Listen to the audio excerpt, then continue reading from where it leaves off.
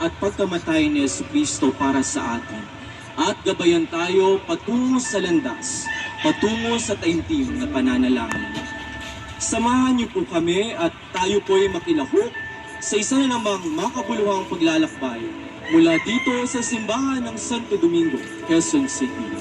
Tayo po ay napapanood sa GMA 7 at napapakinggan sa Radyo Veritas 846 kHz.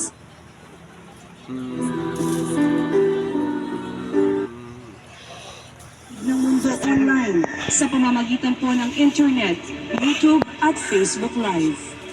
Kaisa ng buong simbahang Katolika sa Pilipinas at sa iba't ibang panig ng mundo tungo sa layunin ng nagkakaisang daan sa pagpapalawig ng pananampalataya at pakikilahok ng bawat Katoliko at Kristiyano.